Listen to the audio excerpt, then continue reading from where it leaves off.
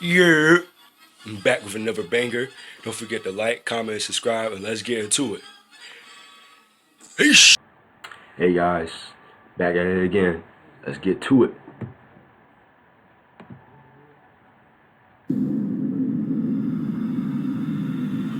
Okay. Turn this Being a little kid is a scary point in your life, yet you're too young and innocent to even realize it. Right. I have a horrible memory from my early childhood that I wish I could simply block out completely. Wow. But I just can't. I was, I believe, 6 or 7 years old. Oh wow. I was at the summer rec program that my parents had signed me up for. I was in the 6 and 7-year-olds group, the youngest group at the camp. Okay. One day our group was at the playground, and some oldish man sitting on a bench started talking to me. He knew my...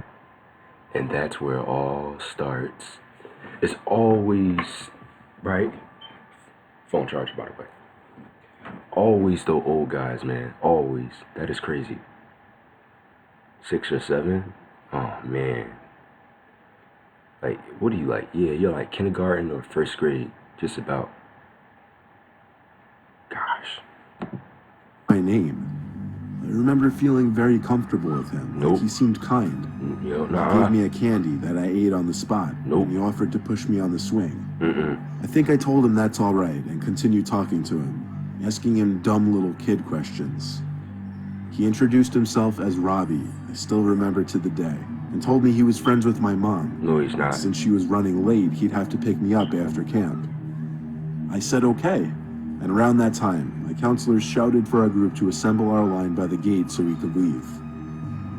We got back to our group's home area, where we would sit and wait for the parents to come pick the kids up.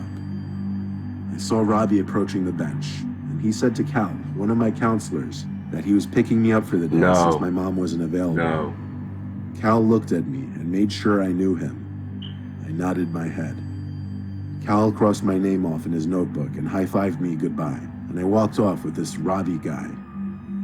I remember he grabbed and held my hand as we walked. And I also remember that he was walking extremely fast, like it was hard for me to keep up with my short little... Cause he's trying to take you away. That's how they do it. That's crazy. He just kidnapped you? Oh, he did it. Oh, that's my kid. Nah, he's sneaky. But of course you're that young, so it's like you don't know. But yeah. Where's the mom at? Where's the dad at? Just saying. little legs. We made it to his car. He let me in the back passenger seat. He seemed to be in a hurry.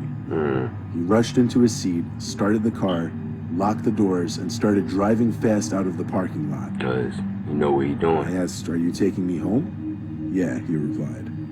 No, he's not. I remember hearing some yelling noises from outside the car. I lifted myself off the seat to look out the rear window and saw two of my counselors pointing at the car I was in to one of the park supervisors. This is when things got scary for my little self.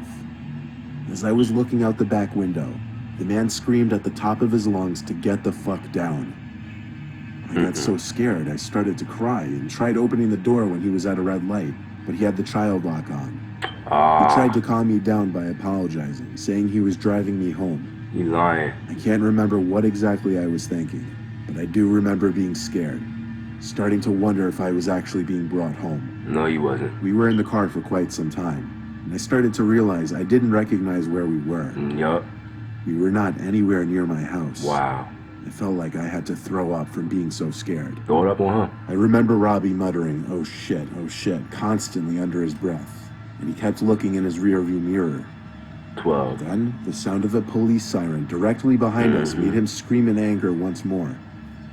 He pulled to the side on a neighborhood road and told me to go along with whatever he said. But he didn't have a chance for that. Two police officers stormed out from the car with their guns half drawn and yelled at Robbie to step out of the vehicle with his hands up. He did so without question and was cuffed while they had him laying face first on the concrete. Yup. He was brought into the car while the other officer stuck with me, comforted me, and asked me questions. Another cop car arrived, and so did my mom in her minivan. She was in tears and hugged me when she got out. So backing up, When Robbie, or whatever his real name was walking me to his car, my mom had already gotten to the bench to pick me up, and Cal told her some man already picked me up. That's when they ran to catch what car we got into and called the cops right away. One of the camp supervisors was actually tailing us on the road, which is why Cal was panicking and how the cops were able to locate us. Okay.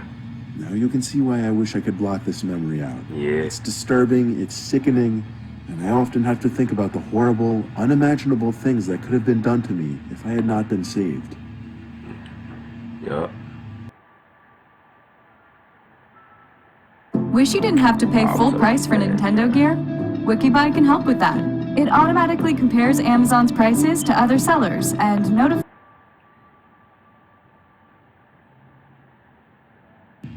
So these ads. I'm sorry about that. Y'all going to be getting double ads. There was this one night after work where all the employees at my job clocked out a little late because we happened to be extremely busy that night. As usual, we cleaned the store and headed for the front to clock out. That night after work, I would be hanging with two of my coworkers. We smoked a blunt and went to Wingstop. Okay. All was well. 1 a.m. finally struck. I needed to be home and I needed gas. I said bye to my two coworkers and headed for the nearest gas station. It was actually right around the corner from my work. Thank God, because I had gone to work with it running on E. My car was running on fumes. Although being the closest gas station, I avoid this one for many reasons, as do many other people, especially at this time of night. There's often homeless drug addicts walking through it. Many people hit cars and drive off, fights, people scream in the cars. It just manages to attract the wrong people. So as I'm pulling up to the pump, the high officially leaves. I come to realize that I'm about to pump gas at a cornered gas station hidden by buildings at 1 o'clock in the morning. No car, no person was seen in sight. Hurry up. I got out and turned around to reach inside for my wallet.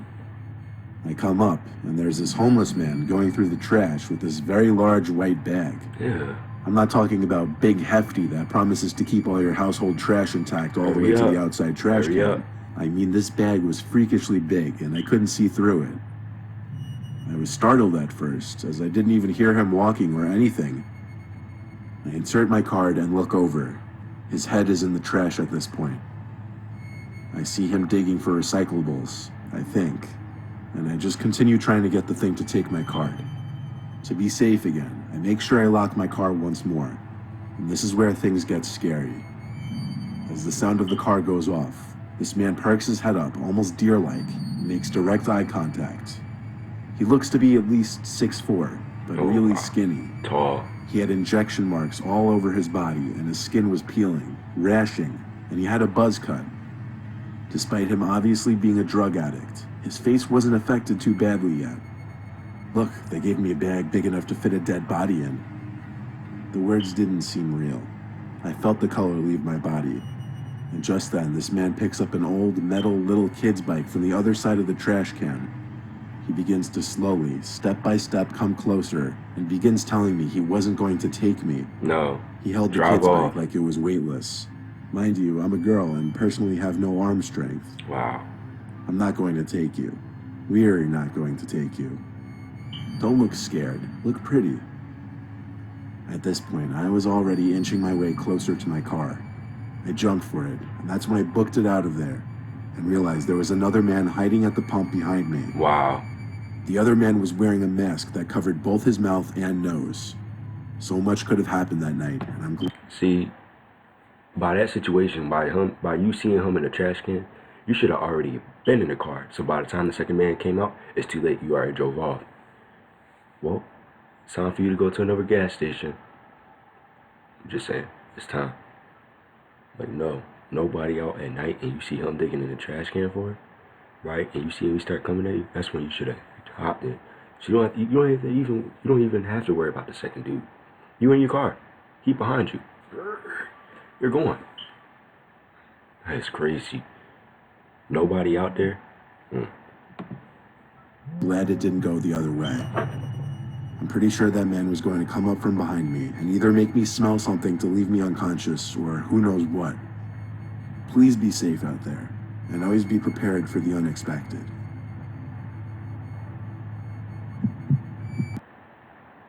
Good to see you. Yo, Hey, these what's ads with are the killing me. polka dots? These ads are What do you killing me. mean? Polka dots are out. It's polka These squares. ads are killing me. Ridiculous with these ads. When I was 10, my uncle used to own a property in Kentucky, which was not too far of a drive from our home in Virginia. Okay. He was an avid hunter, so his place was in the middle of the woods. Wow. A perfect hunting area. Middle of nowhere. He let my dad take us there when he wasn't using it, just as a nice little escape from the suburbs, because we all loved the secludedness. I would love to go on hikes in the woods by myself, because I've always been a nature freak. One time while hiking late in the day, I thought I heard footsteps around me. They sounded like human footsteps, so I turned and started walking the other way. At the edge of the woods, however, I saw someone standing behind a tree, very shady-like. Seemed he was trying to hide. I ran back in the direction of the property and went inside the house. I told my dad I was being watched in the woods. He told me to just stay on my uncle's property and not wander off. I didn't want to go back outside after that anyway, though. My dad and two little brothers went off to pick up a pie at a nearby pizza place. I stayed behind because I'd rather watch the movie that was playing on the TV. I'd been alone in that home many times. I wasn't scared. I heard steps coming up the little wooden front porch. See? There was a knock at the door. Nope. So I jumped up to let them in because I was starving. But I froze at the door, thinking, how could they be back so quickly? Exactly. Don't open the door. Dad? I said through the door. Someone on the other side said it's not your dad, but we need some help. No. Don't let My him heart in. dropped. I looked out the window to the porch. It was still just bright enough to see an unfamiliar man standing on the porch. He noticed me at the window, looked at me, and smiled. I shut the curtains and yelled, "Dad, there's someone here at the front door." I was pretending as if my dad were still home. "We saw your dad leave just before. Just open the door, we just need some help." No. I ran to my uncle's master bedroom to hide there. There was a tap at his window, and I saw a second man outside. What? He also yelled, "Open the door, please." What? I heard kicks at the front door of the home. It was a very flimsy old wooden door, and it gave in easily.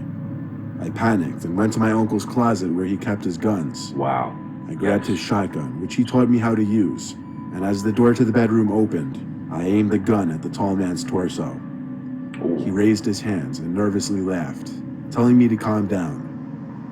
He backed away, back to the front door with his hand still raised, and he said, "We're gonna leave, okay?" The two men walked away into the woods, no car in sight. My dad soon returned to see the broken-in door, and I explained everything. He called the cops, who stayed with us while my dad did his best to fix up the door. Okay. My uncle installed cameras and a stronger door the next time he drove in there, and he sold the place a few years later. Okay.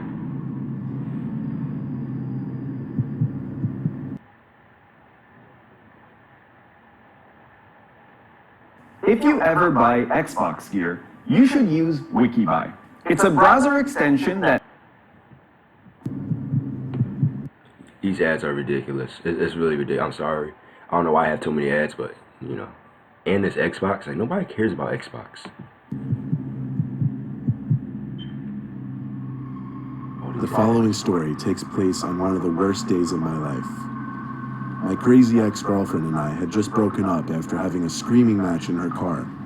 She basically told me where I could shove it and left me in the rain in some parking lot of an abandoned office supply store. Wow.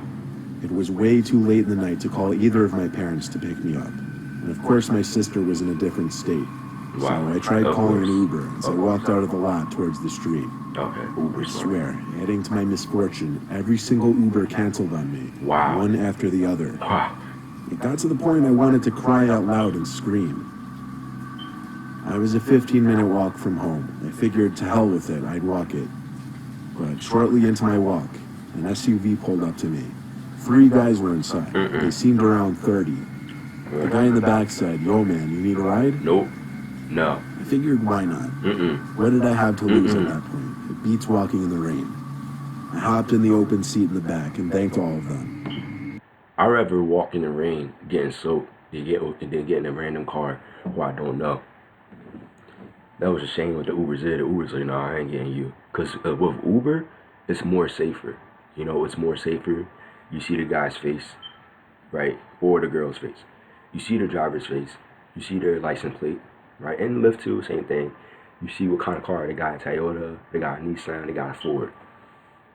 But, you know, they got a van, okay, a Jeep, a small car, a big car, a minivan. You see what I'm saying? So, you know, a 4x4 truck. So at least you know who they are. But getting in some random, yeah. That is me. Don't mind that. Come on. I don't know what the hell that is. Sorry about that cursing. H-double-E. H-double hockey sticks. But let's get it. I gave the driver my address, and he started on his way to my house. I tried making conversation by talking about how I just broke up with my ex. Tried to make light of it, but they didn't respond in the way I was hoping. The guy in the front passenger seat turned to look at me. I looked back for a second, expected him to laugh or say something, but he just looked at me with this blank, emotionless expression, his eyebrows slightly raised, mouth hanging open as if he were trying to intimidate me. I looked away, out the window, though I could still sense him looking at me through my peripheral vision. The GPS voice said turn right on the next road, but the driver turned left. Because he's not going your way.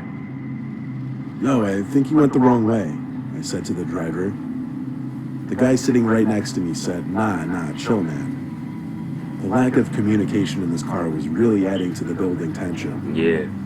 I noticed we were entering quieter, if not dead streets with few houses or buildings nearby. Wow. I was scared to say what I said next, because I knew if they didn't acknowledge it or listen to it, it meant I was in a bad situation. I asked the driver to just drop me off on the side, I'd walk. And his response was just laughter. The guy in the front passenger seat joined him in laughing. The sound of the doors locking as the car was coming to a stop was the moment I knew. I knew I had to run. I flicked the freshly locked switch back up and pushed the door open. The guy sitting next to me started yelling, "Get him," as I felt his hands try to grip my arm. I got out from the car though, and I ran into the adjacent patch of trees which sat next to the parkway. Okay. I bolted across the parkway, and yes, there were still cars speeding by at this hour. I almost risked my life passing that parkway just to escape those goons. I'm not sure if they were just trying to rob me, kidnap me, or what, but I feel like if they were trying to just rob me, they could have done that anywhere and driven off. I know. They didn't. And that's what scares me to think about. That's why you don't get in any car with nobody you don't know.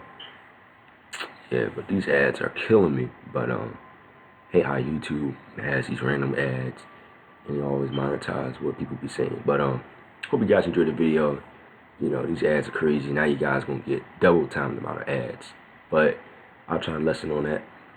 See you guys in the next video. Peace out.